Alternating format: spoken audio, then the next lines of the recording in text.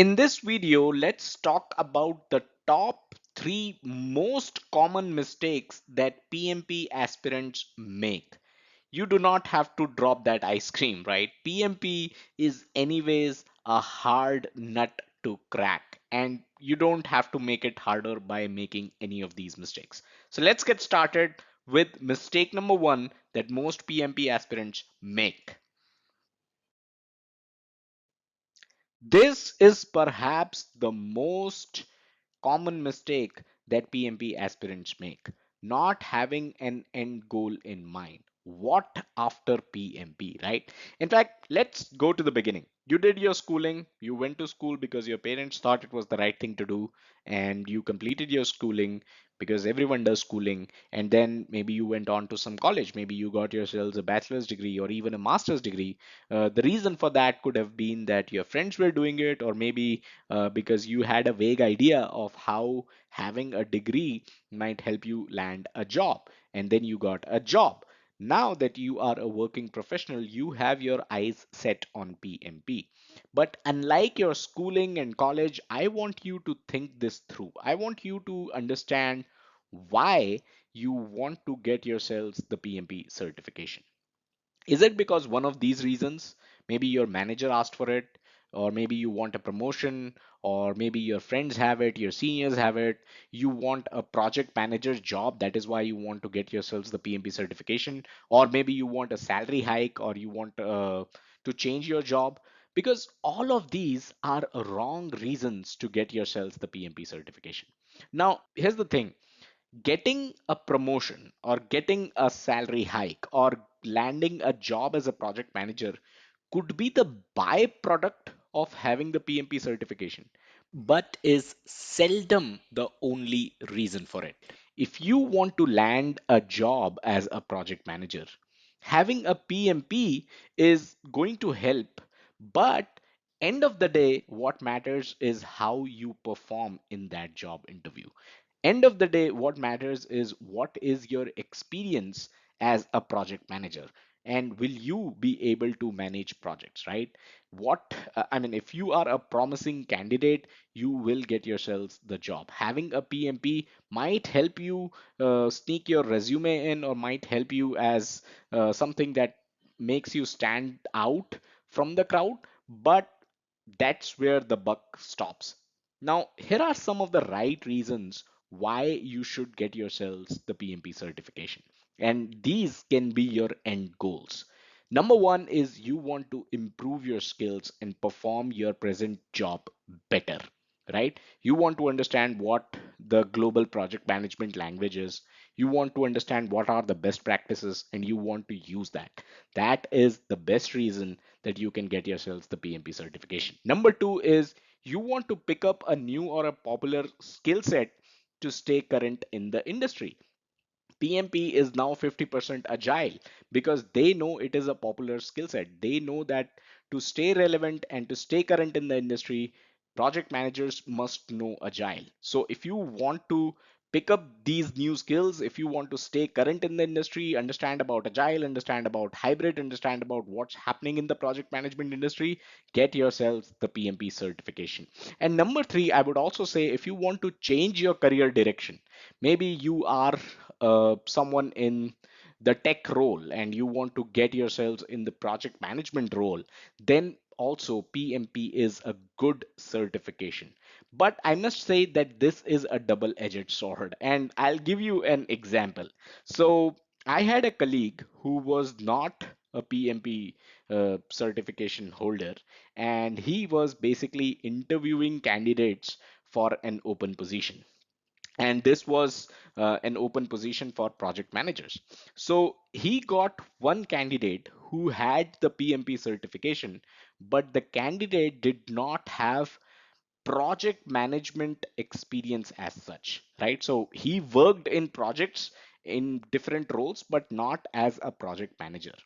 So he had PMP certification, and this candidate performed very poorly in the interview. And my colleague told me, what is the value of the PMP certification if someone who does not have any experience in managing projects, who does not look like he could manage projects at all, and is obviously failed the interview, is a PMP certification holder as well. So, what is the value of this certification? So, this is the reason why I said changing career direction with the help of PMP is a double edged sword. You should know about project management, you should have some ground experience of managing projects, and then PMP is really going to help you. So have an end goal in mind, what you want to achieve with the PMP certification. Try to think through if that is a right goal, if that is a right reason to get yourselves the PMP certification, and then go for it. Mistake number two that I see most PMP aspirants make is not aligning with your career path. Does PMP even align with your career path? And we get a lot of comments on our YouTube channel, right? But there's one comment that always stands out for me. It's something that I never forget. And that was from a practicing doctor. And he asked me if he should get the PMP certification. Now, for a doctor, PMP is very little to no value at all. Doctors do not deliver projects, period. So, look at your background, look at your career, where you want to go. If project management has anything to do with all of this, then by all means get the PMP certification. Otherwise, do not. You see, PMP is the absolute number one project management certification out there. But if your background, if your career path, wherever you want to go in your career has nothing to do with project management, then you do not need PMP. So make sure that PMP aligns with your career path. In fact, let me take a step forward. People get PMP, and after PMP, they also go for some other certifications, specifically in the IT industry, right? So they get IT certifications like cloud, security, AIML, databases, networking, you name it, they have it. Now, unless you are a project manager working in cloud, there is no point in having a cloud certification because it doesn't align with your career path. And that is why, not just for PMP, but for any certification, try to think through if this is aligning with your career path or not. Bottom line is, if someone sees a list of certifications that you have, are they able to tell your career path? Or it's just a long list of random certifications thrown in, including PMP, because that is not something you want to have. Before anything, let me tell you that pmclounge.com is the number one free resource for PMP and project management out there. PMC stands for Project Management Certifications. Definitely subscribe to our channel. We have loads of videos. Everything is arranged neatly in playlists so you can go over all the topics by yourselves and prepare for your PMP exam. You can visit our website. There are loads of articles and videos that are going to help you clear your PMP exam. Thousands of aspirants have made use of our content. So, not finding the right resources, right? The first thing that could go wrong here is that you get too many courses, you buy too many books, you basically have too many resources to go over to prepare for the PMP exam. You are biting off much more than you can chew.